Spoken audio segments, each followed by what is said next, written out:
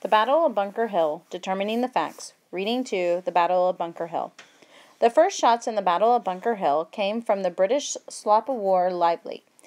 They landed far short of the men on Breed's Hill and caused no damage, but they frightened the militiamen to such a degree that many dropped their shovels and axes and tried to hide behind the redoubt.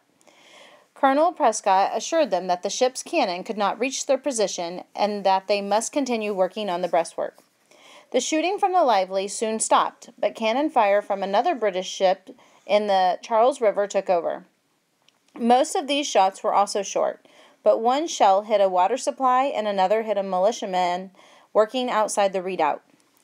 Throughout the early morning hours, Prescott encouraged the militiamen by walking along the top of the walls of the redoubt, praising those who had worked hard and joking with them about the need to hurry. Other officers followed Prescott's lead in keeping up the morale, even though they knew they were in view of the British gunners.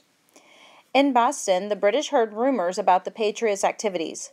Governor Gage was advised by Major General Clinton that they should be prepared to mount a dawn attack on the Charlestown Peninsula. But Gage believed that early reports of Patriot troop movements were overstated. He chose to wait for daylight before he decided what to do.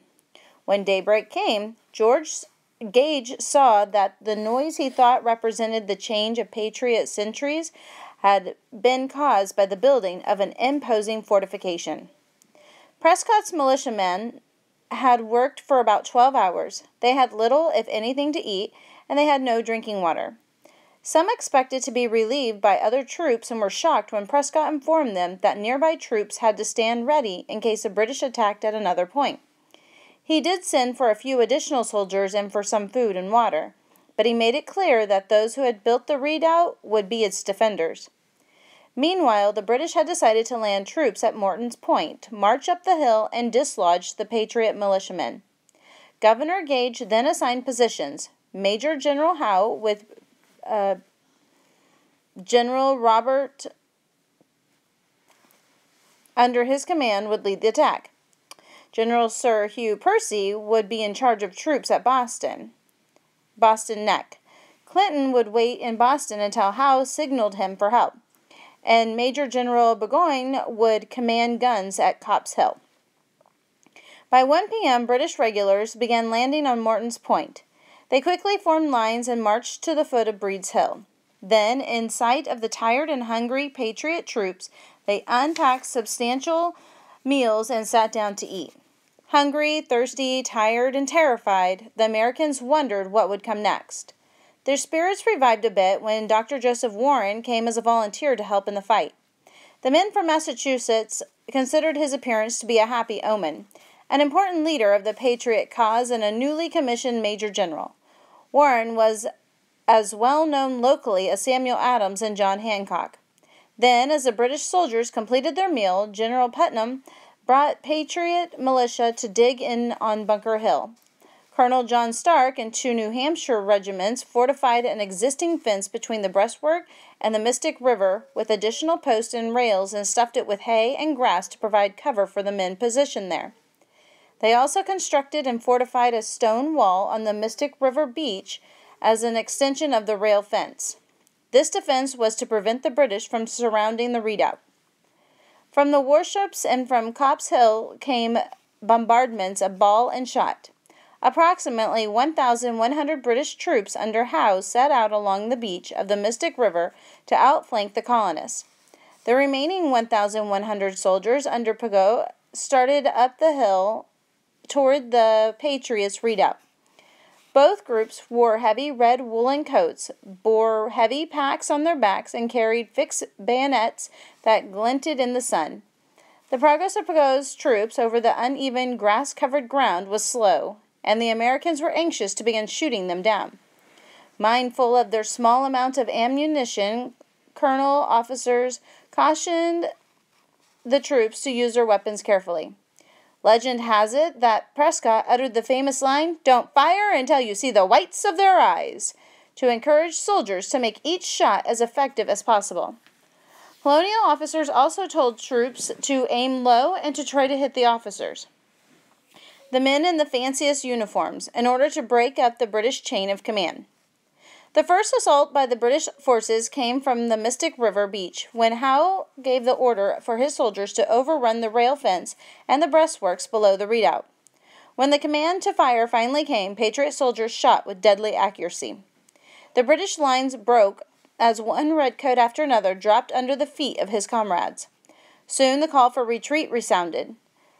The American colonists had repelled a major assault by the superior British army. Within minutes, Pigot's forces were in position to attack the front of the redoubt. The British soldiers found it difficult to march up the hill. They each carried 60 pounds of equipment and had to wade through tall grass and step over stone walls as they climbed the steepest part of the hill on a hot June afternoon. Again, the Patriots withheld their fire until the British regulars were within 50 yards. They shot with deadly accuracy, and again the British lines were broken as officers and soldiers dropped to the ground, killed or wounded. Again came the order for retreat. The British generals watching the battle from Copp's Hill could not believe what they had deemed to be the finest soldiers in the world were being slaughtered by backwoods colonials.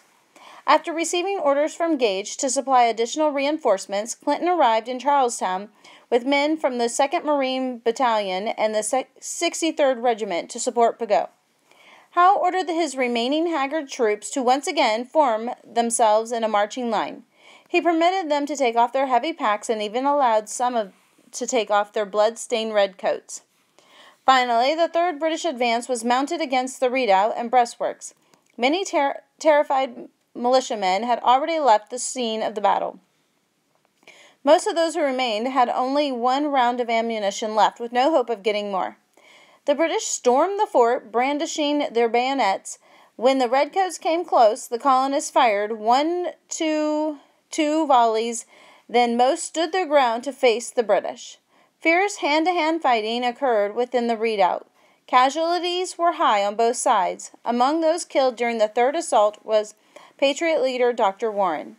Those colonists who were not killed or captured began a headlong fight toward the Charlestown Neck and across to Cambridge. The British took possession of both Breed's Hill and Bunker Hill. They had won the battle, but at a terrible cost. Out of the 2,200 troops, 268 British soldiers and officers had been killed. Another 828 were wounded. The Americans also suffered heavy casualties, with 115 killed and 305 wounded. The British Army's military victory at the Battle of Bunker Hill was a moral victory for the colonists, however. Colonists throughout America realized that the conflict was no longer just a rebellion of Boston's and other Massachusetts colonists against British occupation. They had proved to themselves that, united, they had the ability and the character to confront the superior force of the British Army.